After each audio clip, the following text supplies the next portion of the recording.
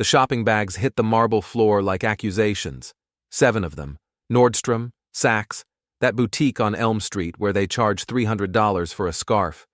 Vera Halden kicks off her heels and stretches, cat-like, completely unbothered by the financial carnage scattered around our foyer.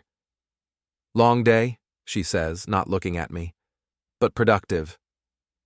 I'm sitting at the kitchen island, laptop open, credit card alerts lighting up my phone like a Christmas tree.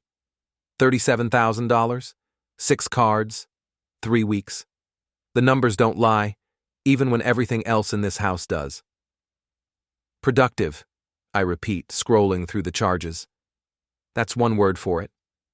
She pads to the refrigerator, pulls out a bottle of wine. Expensive wine. Everything's expensive with Vera. Don't start, Cole.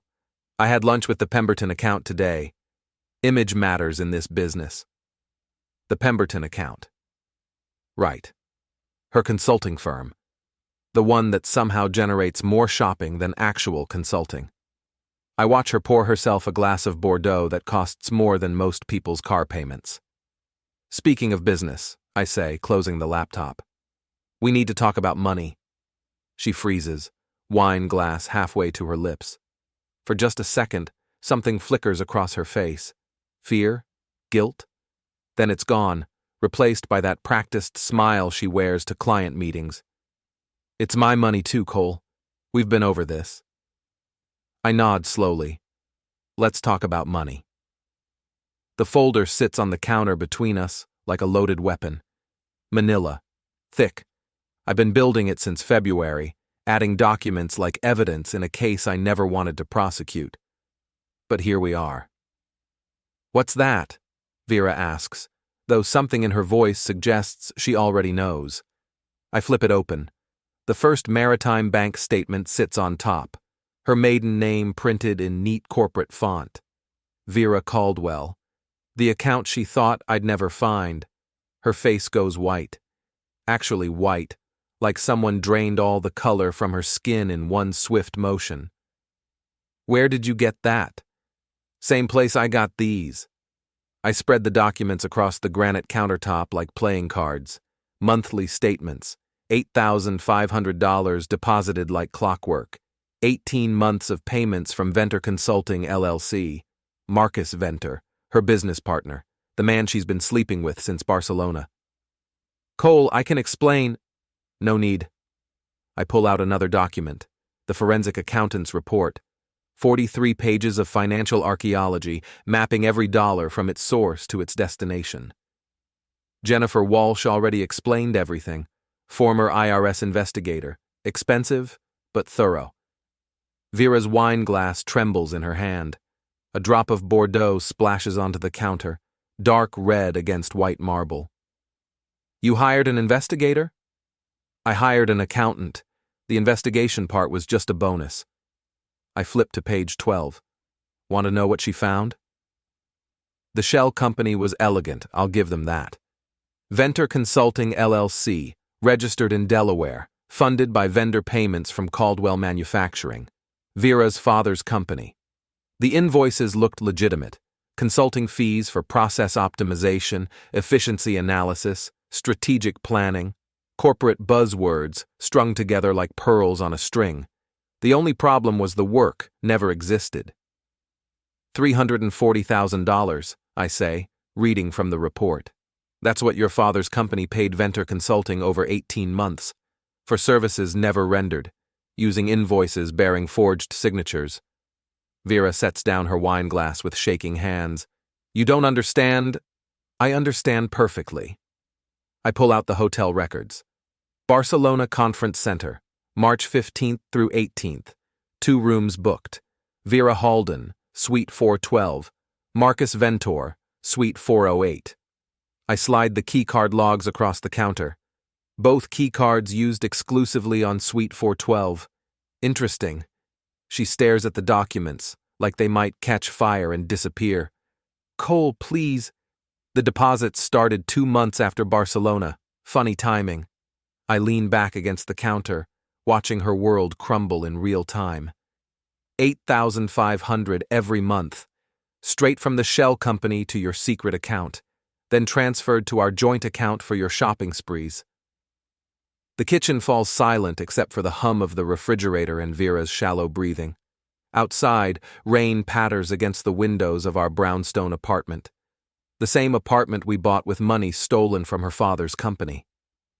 "How long have you known?" she whispers. "Since February. That's when Jennifer finished her preliminary report." I tap the folder. This is the complete version. 14 separate financial crimes identified. Conservative estimate.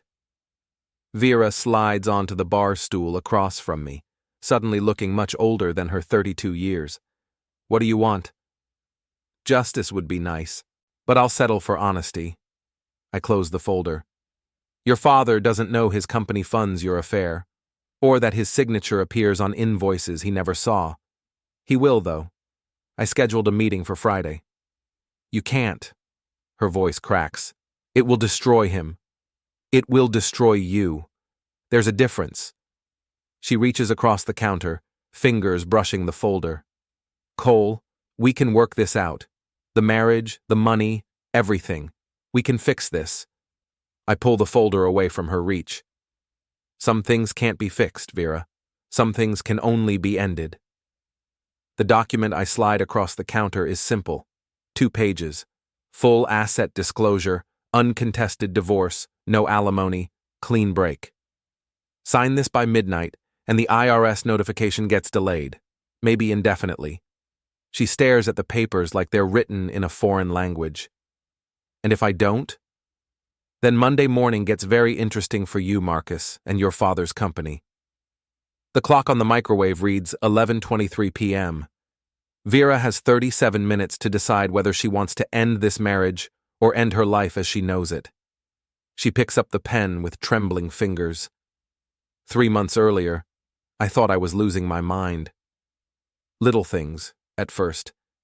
Vera coming home late from client meetings that didn't exist. New clothes appearing in her closet faster than her salary could explain. Phone calls that ended abruptly when I walked into the room. Then came the credit card statements.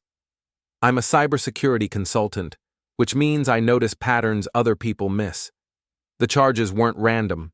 They followed a schedule. Every month, around the 15th, Vera would go on a spending spree. Always the same amount, give or take a few $100s.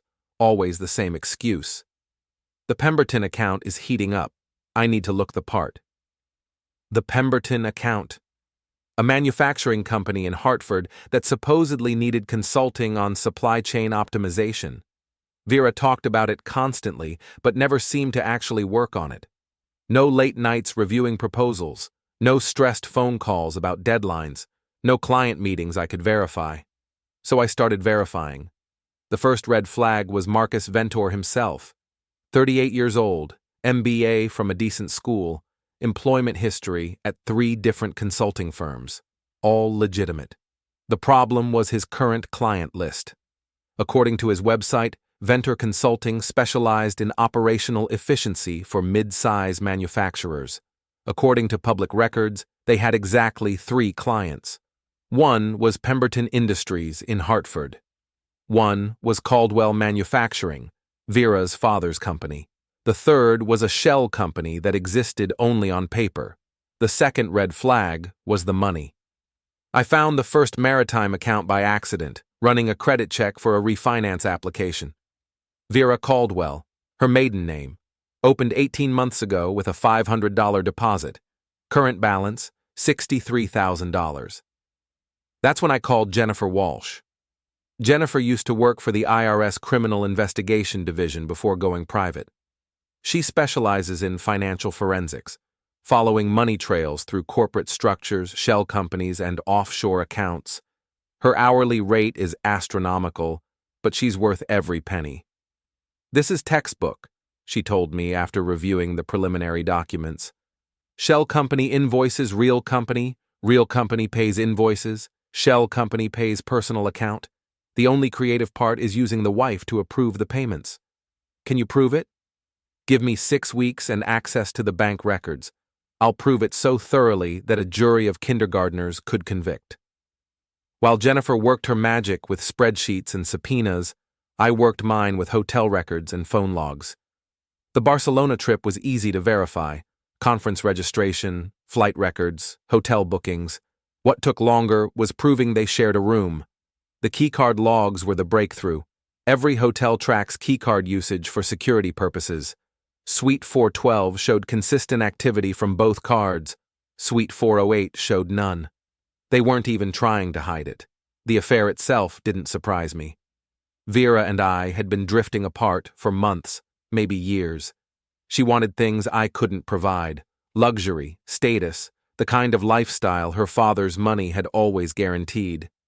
Marcus could provide those things, at least temporarily. What surprised me was the scale of the theft. $340,000, Jennifer explained during our final meeting. Spread across 18 months, disguised as consulting fees. The invoices are sophisticated, proper formatting, legitimate-sounding services, even fake progress reports. Someone with inside knowledge of corporate procurement created these. Vera? Has to be. She's the one approving payments at Caldwell Manufacturing. She knows the system, knows her father's signature, knows which invoices will get scrutinized and which ones won't. Jennifer slid the completed report across her desk. This isn't a crime of passion, it's premeditated fraud. The report was devastating. 43 pages of financial analysis, complete with charts, graphs, and a timeline that connected every deposit to every purchase. Jennifer had even tracked the money through Vera's personal accounts, showing how stolen funds became designer handbags and expensive dinners. What happens now? I asked. That depends on what you want to happen. The evidence is solid enough for criminal prosecution, but that's not my decision to make. I took the report home and sat in my basement office, staring at 18 months of betrayal reduced to spreadsheets and bank statements. Outside, autumn rain drummed against the windows of our brownstone. Inside, Vera moved around upstairs, probably planning her next shopping expedition.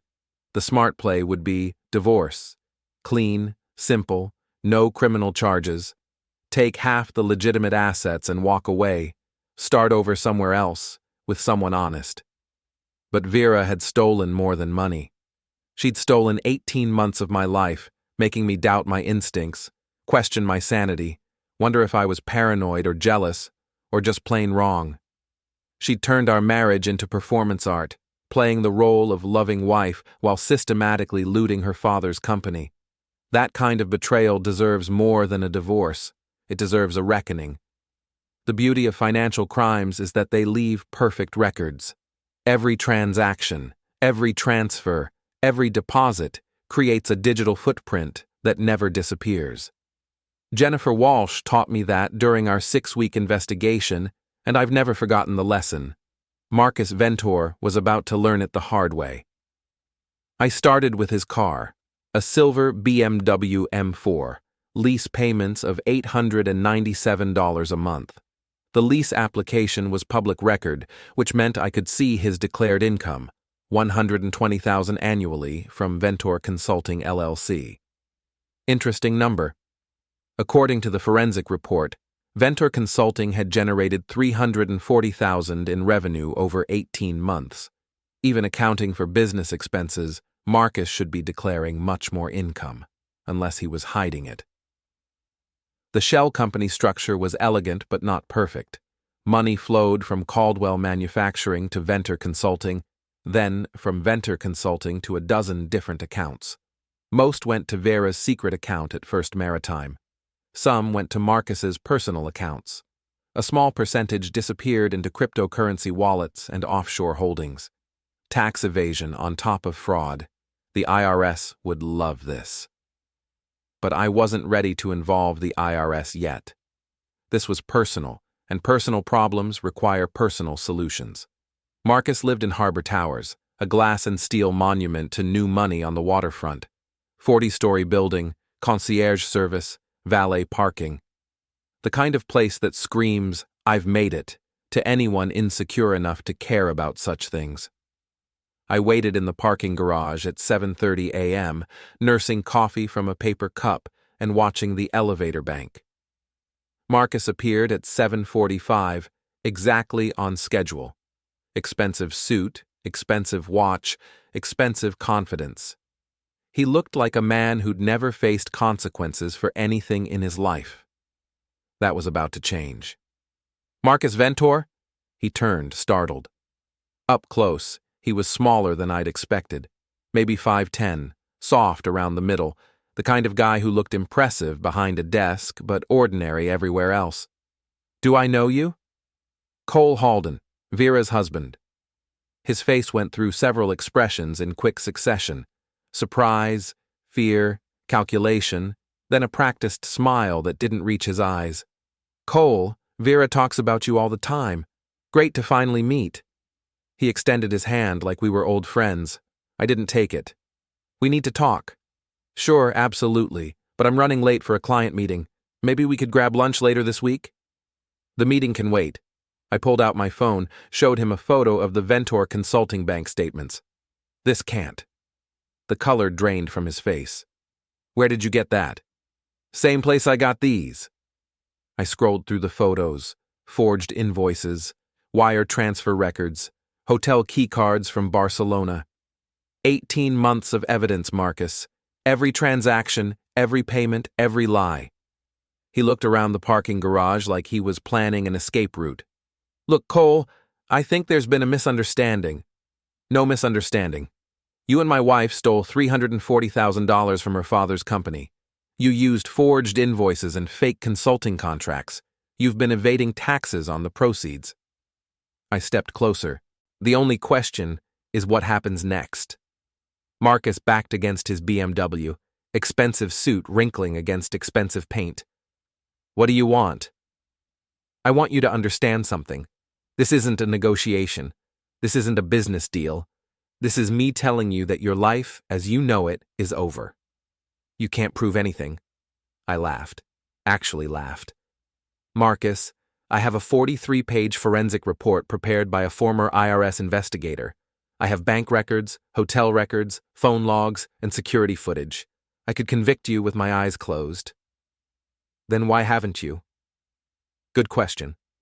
Why was I standing in a parking garage at 8 a.m. instead of letting the authorities handle this?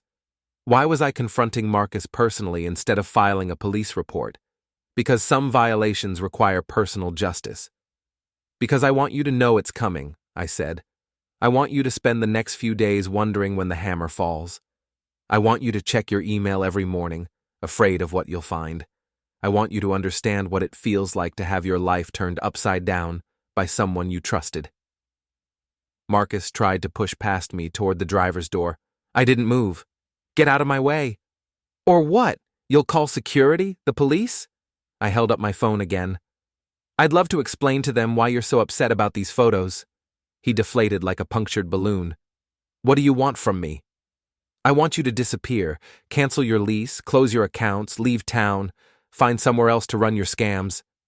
"I can't just—" "You can and you will. Because if you don't, Monday morning I'm walking into the IRS field office with everything I have. Then I'm calling Vera's father. Then I'm calling your other clients." I stepped back, giving him space to breathe. "Your choice, Marcus. Easy way or hard way?" He fumbled for his car keys, hands shaking. "This isn't over." "Yes, it is. You just don't realize it yet." I watched him drive away, tires squealing on the concrete floor. Phase 1 complete. Marcus would spend the weekend in a panic, probably calling Vera, probably trying to figure out how much I knew and what I planned to do with the information. Let him panic. Let them both panic. Because Monday morning, everything changes. Robert Caldwell built his manufacturing company from nothing. Started in a rented warehouse in 1987 with 3 employees and a contract to make automotive parts for a regional supplier. 35 years later, Caldwell Manufacturing employed 200 people and generated $40 million in annual revenue. He was old school. Handshake deals, loyalty to employees, pride in American manufacturing. The kind of man who still believed that hard work and integrity were enough to succeed in business.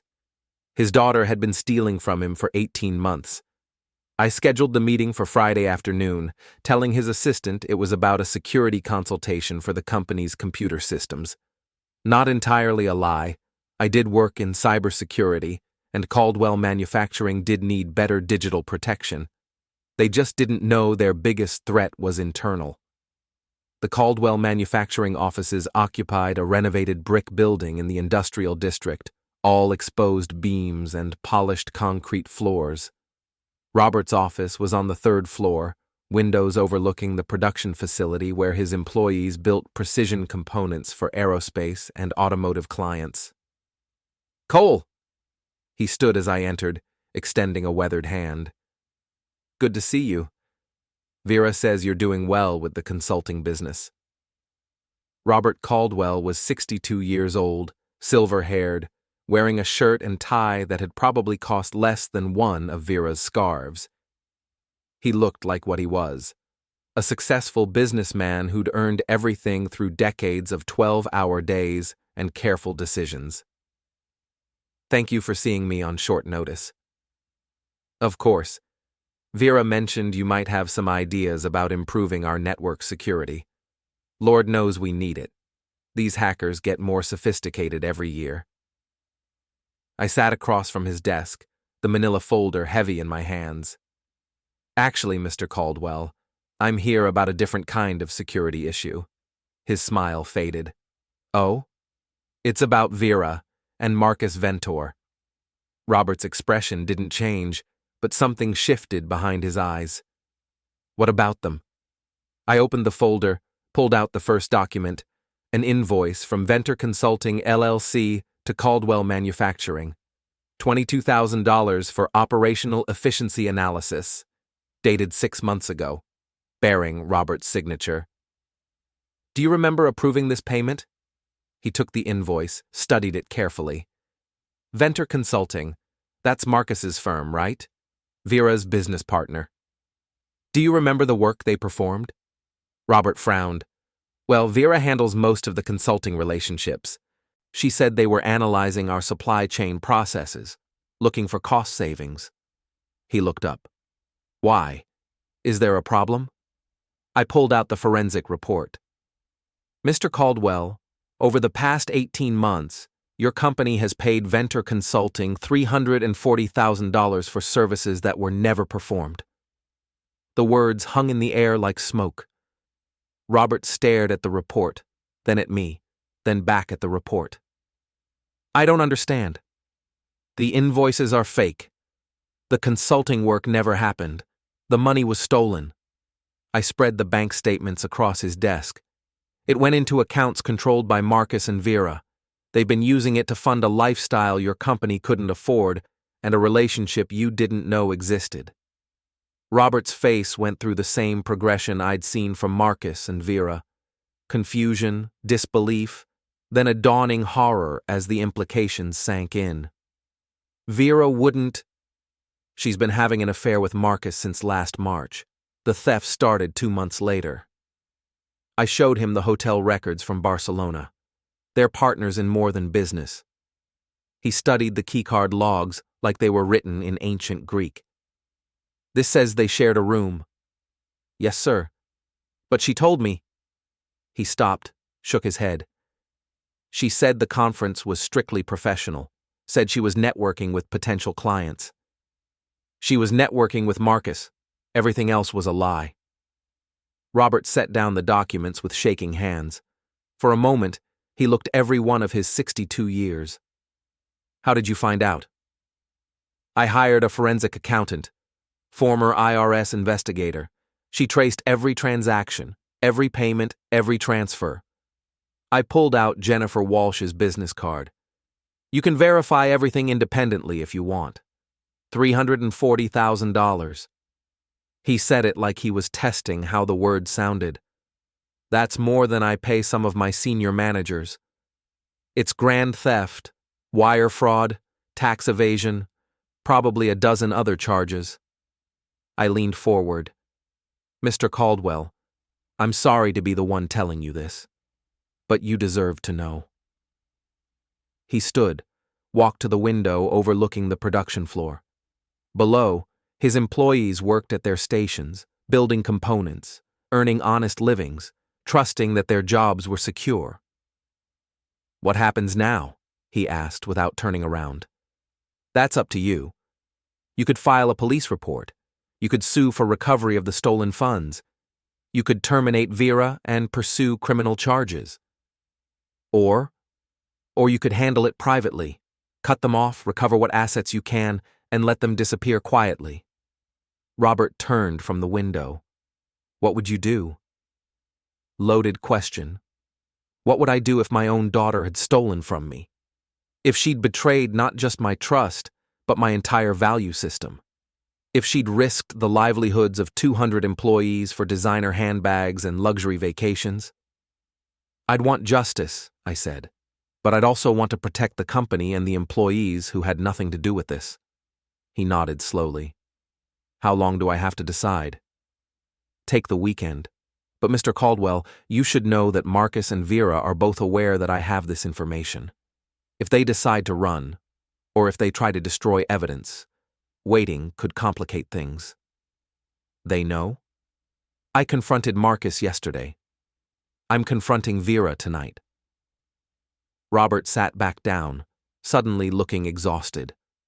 35 years I've been building this company. Never had a major scandal, never had an employee steal more than office supplies. He looked at the document spread across his desk. "And my own daughter—" "I'm sorry. No." His voice was firm. "Don't apologize for telling the truth.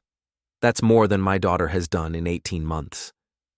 I stood to leave, gathering the documents back into the folder. "My number is on the card. Call me if you have questions, or if you want to discuss next steps." "Cole." He stopped me at the door. "Thank you. This couldn't have been easy." "No, sir, it wasn't." I left him there, staring out the window at the company he'd built and the employees who trusted him to protect their jobs. By Monday, he'd have to decide whether justice was worth the risk of public scandal. Either way, Vera's world was about to collapse, and she still didn't know the worst was yet to come. Vera signed the divorce papers at 11:47 p.m. Her hands shook as she wrote her name, mascara streaking down her cheeks, wine glass empty beside the scattered evidence of 18 months of theft and betrayal. The shopping bag still sat by the front door, designer labels mocking us both. "It's done," she whispered, pushing the papers across the granite countertop. I checked the signature, witnessed it, dated it, legal and binding. No alimony, no asset division, no lengthy court battle. Just a clean break and the promise that the IRS notification would be delayed indefinitely. "The account at First Maritime gets frozen Monday morning," I told her. "Whatever's left goes toward restitution for your father's company." She nodded, too defeated to argue. "And Marcus? What about him?" "He's leaving town, lease canceled, accounts closed, forwarding address unknown." I closed the folder that had destroyed our marriage. "You won't be seeing him again." Vera laughed bitterly. "So I lose everything, my husband, my lover, my father's company, my future." She looked up at me with red-rimmed eyes. "Feel better now?" Did I feel better? Sitting in the kitchen of our brownstone apartment, surrounded by the wreckage of 5 years of marriage, watching the woman I'd once loved sign away her claim to everything we'd built together? No, I felt empty. But I also felt free. "Pack what you need tonight," I said. "Everything else gets donated to charity, including the shopping bags." She stared at the Nordstrom and Saks bags like they were evidence at a crime scene, which, technically, they were. "Where am I supposed to go?" "That's not my problem anymore."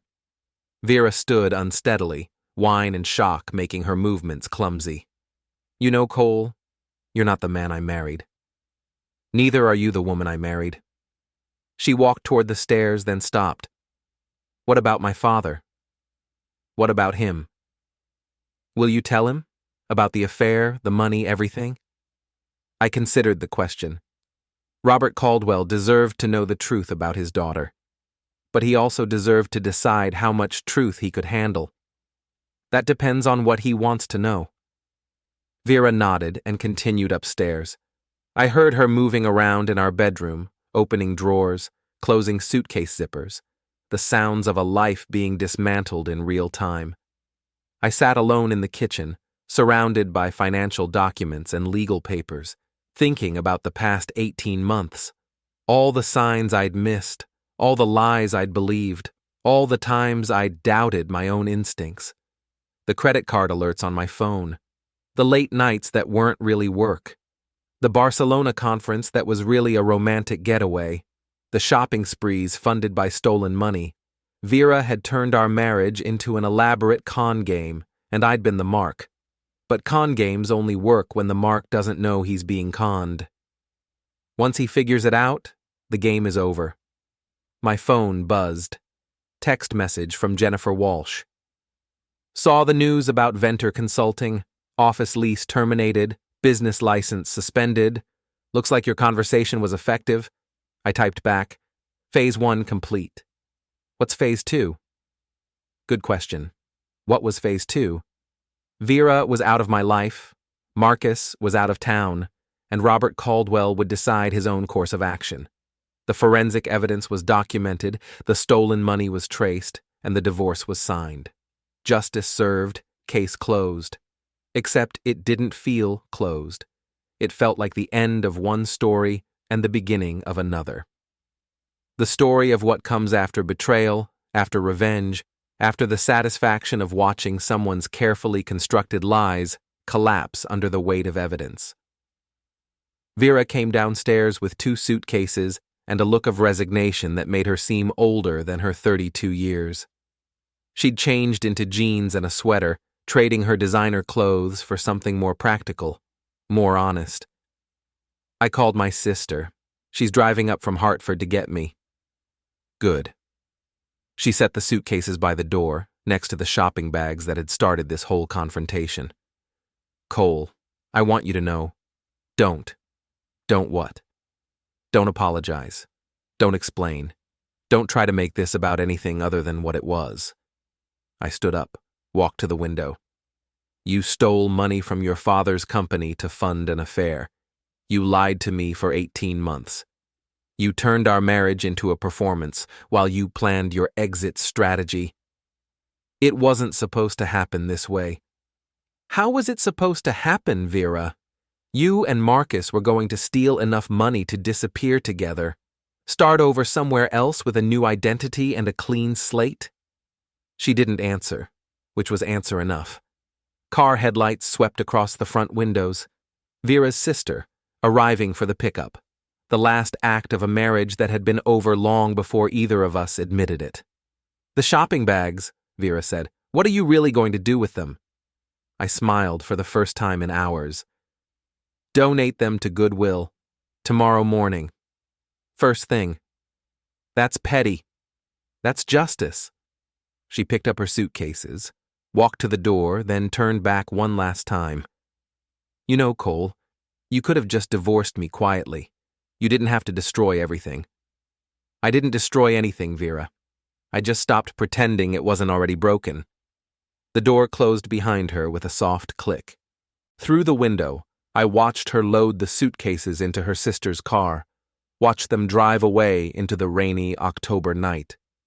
I was alone in the brownstone apartment we'd shared for 3 years, surrounded by evidence of crimes that would never be prosecuted and lies that would never be explained.